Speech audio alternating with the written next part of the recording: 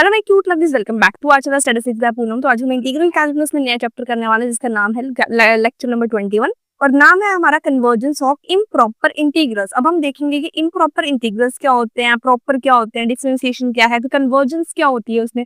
So let's start.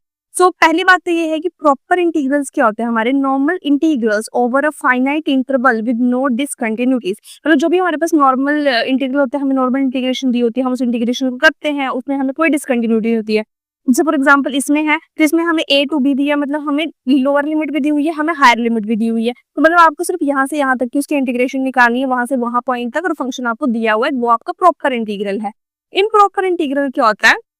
The interval is finite or the function is not finite at same point। Means आपका जो interval है, जो मतलब ये इंटरवल ये वाला जो है जिसको हम इंटीग्रेशन बोलते हैं, ये क्या होगा आपका इनफाइनाइट होगा, या तो माइनस इन्फिनिटी टू इन्फिनिटी, मतलब लेके चलो कोई भी सोचो, 0 टू इन्फिनिटी हो सकता है, 1 टू इन्फिनिटी हो सकता है, या माइनस इन्फिनिटी टू 0 हो सकता है, कैसे भी हो सकता है। It's like a different game. Okay, so इस केस में आप या तो आपका फंक्शन भी नॉट फाइनाइट हो सकता है, मतलब फंक्शन भी आपका क्या होगा, फाइनाइट नहीं होगा, इनफाइनाइट होगा।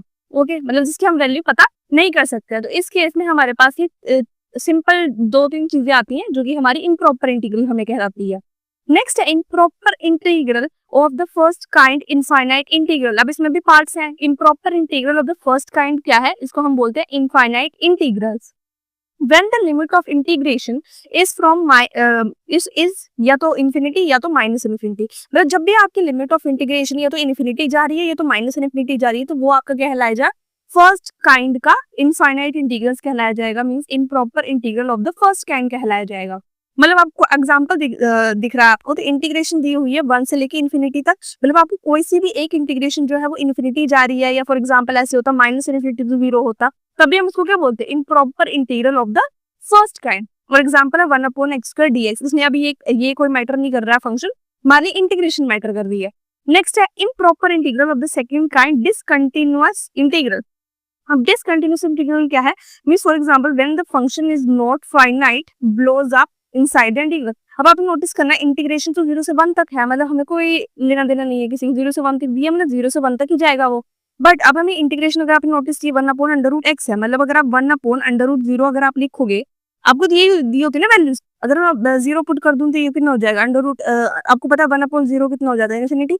ठीक है, 1 यहाँ पर 1 कितना हो जाएगा, 1, so means infinity to 1 somehow, तो यही हो ना, मींस आपका फंक्शन जो है वो फाइनाइट नहीं है, इनफाइनाइट है, 1 से लेके इन्फिनिटी तक जा रहा है। So this is your case कि आपका ये इम्प्रॉपर इंटीग्रल क्या है, सेकंड काइंड का है। दिस इज वे कि हम इसको क्या करते हैं, फाइंड आउट करते हैं कि कौन सा हमारा फर्स्ट काइंड है, कौन सा हमारा सेकंड काइंड है।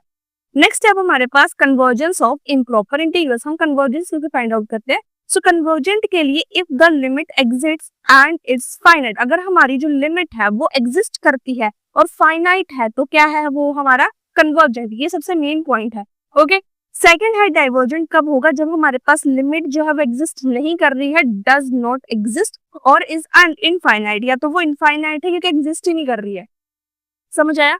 अब test for convergence of improper integrals first kind क्या है, पी टेस्ट है। इसके लिए पी टेस्ट हम बहुत यूज करते हैं। सो इसका फॉर्मूला है 1 टू इन्फिनिटी 1/x⁻p dx, जिसको हम क्या बोलेंगे कि जब हमारी p की वैल्यू ग्रेटर देन 1 है तो ये क्या होगा, हमारा कन्वर्ज होगा, कन्वर्जेस। डाइवर्ज कब होगा, जब हमारी p की value less than equal to 1 होगी।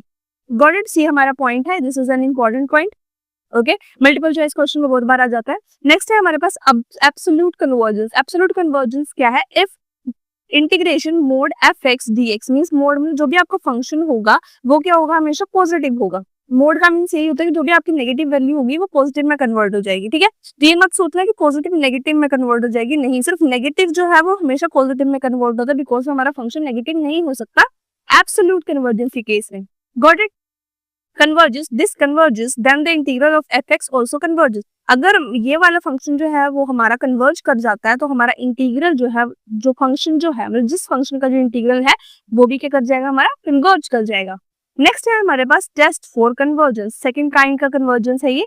If near singularity x is equal to 0 f(x) follows 1/x⁻p, तो इस केस में कन्वर्जेंस में क्या है, अगर आपने इसमें नोटिस किया था यहाँ पर p ग्रेटर देन 1 था कन्वर्जेंट के लिए, यहाँ पर p क्या है, लेस देन 1 है कन्वर्जेंट के लिए, और p greater than equal to किसके लिए है, डाइवर्जेंट के लिए। सो ये थोड़ा सा डिफरेंट हो जाता है फर्स्ट एंड सेकंड काइंड के लिए, अदरवाइज ये सब कुछ सही है। ओके, सो ये था आपका आज का टॉपिक जो कि था हमारा कन्वर्जेंस ऑफ इम्प्रॉपर इंटीग्रल्स। ठीक है, तो आज तो देखो हमने ये चीज पढ़ ली, क्या होते हैं proper integrals, improper integrals, okay, क्या पार्ट्स होते हैं।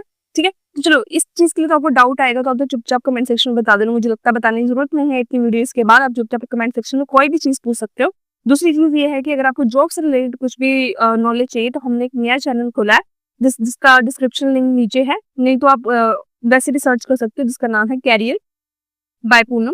तो आप जाके उसको सर्च कर सकते हो PUNAM। ओके, सो आप जाके वहां सर्च कर सकते हो और वहां पे जाके आपको सारी जॉब डिटेल मिल जाएगी। अगर आप बाई चांस अपनी पढ़ाई के साथ साथ अगर आपको जॉब भी करनी है सो आप वहां जाके देख सकते हो। और अगर आपको कुछ और इन्फॉर्मेशन चाहिए आप भी अपनी कमेंट सेक्शन में लिख सकते हो, आपको पता है कमेंट सेक्शन जो है हमेशा आपके लिए अवेलेबल है और नीचे डिस्क्रिप्शन में बहुत सारे लिंक्स दिए हुए हैं, so please go through them and please check it out. Bye bye and have a nice day.